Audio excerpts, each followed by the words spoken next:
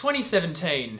You're just giving us too much good stuff right now. It is just getting better and better and better. This one was godly. Just wow!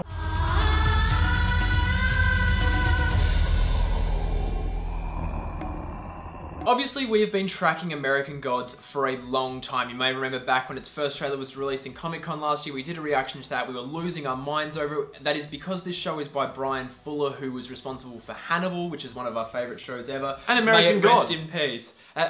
Yes. So this show is based on the book by Neil Gaiman, and basically, if I'm trying to explain to you what it's like right now, I can't, and that's why this review, we're basically going to talk about how great this first episode was before actually talking about a couple of little spoiler things that we want to address for the people who have seen it. First of all, we just want to say this is another show from this year that you need to be watching if you love good TV and good cinema and good entertainment, because, oh, pretty much straight up, and I mean, it's coming straight from Neil Gaiman's words. Words? It's coming straight from Neil Gaiman's mouth. He said that if you're stupid, you're not going to like this show. And it's true, because this show... I don't think any of you guys are, but I'm just saying it's... No, but it's going to challenge you. And if you go, I don't like it after the first episode, you got to understand, you're in it for the long haul here. Because there's a lot you're going to get from it. And my God, do we get a lot in this first episode alone. Exactly. You've pretty much nailed it by saying it's challenging TV. Like, obviously we've already had Legion this year, which was a really, really complex show that asks a lot of its viewers. But whereas Legion's first episode was self-contained and gave a full story and a full story arc that could have existed on its own, this is the first episode where it just sets things up and it just keeps going and keeps going and keeps going and cliffhangers at the end. And that's why, like, this was just a really, really interesting... I mean, obviously this show is just fucking gorgeous, like, so beautiful.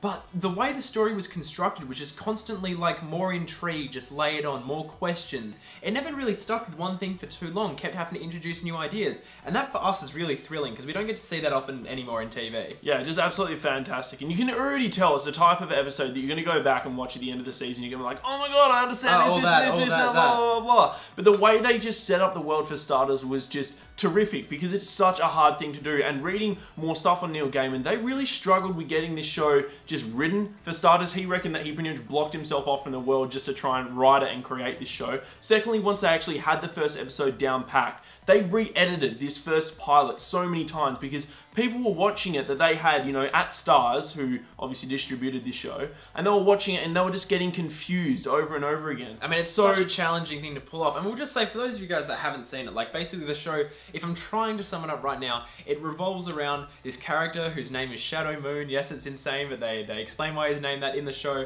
And basically, he's just been released from prison because his wife has died.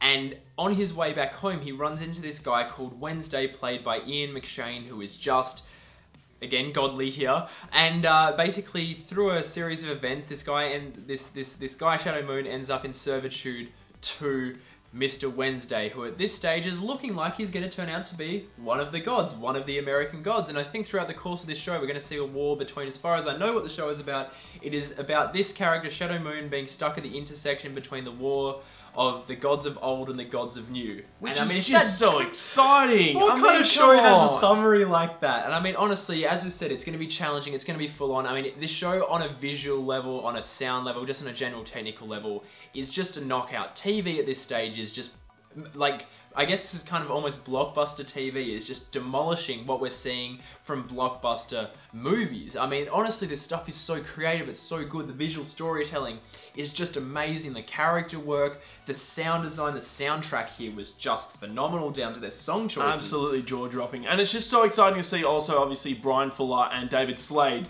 you know, pair up again, because obviously they did Hannibal, and in Hannibal they set such a pure and beautiful aesthetic and tone and themes throughout the whole show, and they kept to it. And here they've done it again, and you know, like, they've really they've hammered their color grading, so like each section and each kind of like world has its own design. I'm sure we're going to see that more beautiful production design when we get new like gods come into it and stuff, but not new gods, both old and new gods. I must also say that the touches of comedy in this episode and the pathos were really well timed and really well executed. And the other thing as well is the violence here is obviously hyper exaggerated, but so glorious to watch, to the point where there's that I mean, I guess the opening scene to this show was kind of detached from the rest of it. I'm keen to see if that's a thing we're going to see more of. But basically, there's a thing with Vikings at the beginning, for those of you guys that haven't seen it, and they start fighting at one point, and I'm pretty sure some dude got cut clean in half, and the entire screen was just a blood spray. And I just mean, like, it was actually just so exciting to watch, seeing that kind of like creativity with yeah, violence. and it wasn't like the fact that they still stayed dramatic as well. It wasn't like it was serious, goofy, like, over the top, a lot of blood and gore like an old 70s sort of film. It was like it took itself seriously,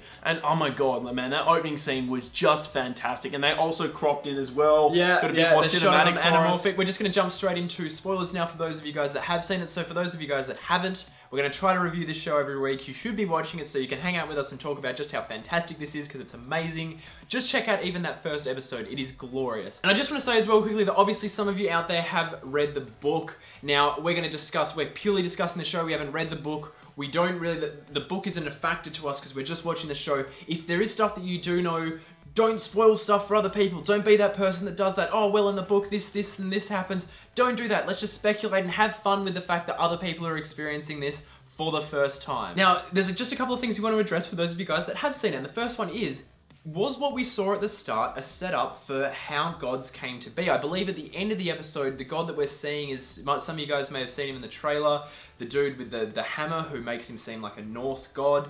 Are we going to see, is that the god that they spawned there on the beach or whatnot? I don't know how that works, but is every episode going to open with like an origin for how these gods came to be? I don't know if that's what it was. Yeah, or is it kind of like, is it like each person that ended up surviving, are they individual gods in the long run as such? Because obviously we had Mr. Wednesday allude to the fact that he could only see with one eye. I'm not too sure how true that is, and at the start of the episode... Well, his eyes are kind of off. Like, yeah, got, but like, one green one and one blue saw all those characters at the start of the episode, like, each, like, cut out their eye, essentially. So I'm kind of like, oh, yeah, is that Mr. Wednesday's origin or what's going on? And obviously the only other thing, like the only real issue I had with this episode that isn't really an issue because I loved watching it was the introduction of this character who I don't know, I think she's the goddess of love or passion or something, I can't remember her exact name, but like her setup was really amazing. I mean, that was just a fantastic scene. Unreal. Really excellent. But like at the same time, I don't know whether it didn't work back into the episode in any way, didn't have an impact on anything at this stage. So that was the only thing where I'm like, do they need to have that in this episode? I'm sure they did, we won't know just yet. But I mean, like, this is a really hard episode to fold, and like, it just was really gorgeous. It was sweet. I'm really keen to see where we go moving forward as well. Like, because Emily Browning's character, who was the wife that ended up dying, obviously we saw like the little coin by the leprechaun go in. So I feel that she's going to come back to it. And it is Emily Browning. She's a terrific actress. So I'm sure she's going to play a major role. We also got his like crazy dream sequence going on, and that was just fantastic. I was like, give me more. With the, what was it, the ox or whatever, with the giant, with the flaming eyes and stuff. Just great imagery. So we just had, and imagery alone. I mean, that last shot, you know, when we've got like the blue in the background, and we've got the green in the middle, and the red in the foreground. Incredible. It's just one of those. It's just one of those shows where like it makes us think as filmmakers. We just watch this and we're like, our ideas are not good enough. Like honestly, like this is so creatively amazing. It's right up there. It's almost on par instantly with Legion. It's a different type of creativity, but it's absolutely gorgeous. It's just so exciting for a show like this to exist. My God, if you enjoyed it as well, like make sure you're letting other people know and get watching this show because it deserves it. Because that was the problem with Hannibal, is that not enough people watched it. There wasn't enough word of mouth. Same with shows that we're watching right now, like The Leftovers, which is pretty much our favorite show ever. Not enough people talked about it. The shows don't make it past 3 seasons. We want as much of this as we can get. Yes. So get talking. 100%. What a banging episode of TV. We're most probably going to be reviewing each episode. We'll see how we go. But anyway, what a time. What are you thinking? Let us know in the comment section below. And while you're down, that's probably worth hitting our subscribe button so you can see more stuff from us. And you can also check us out on Facebook, Instagram, Snapchat, and Twitter, all at Breaking Banter.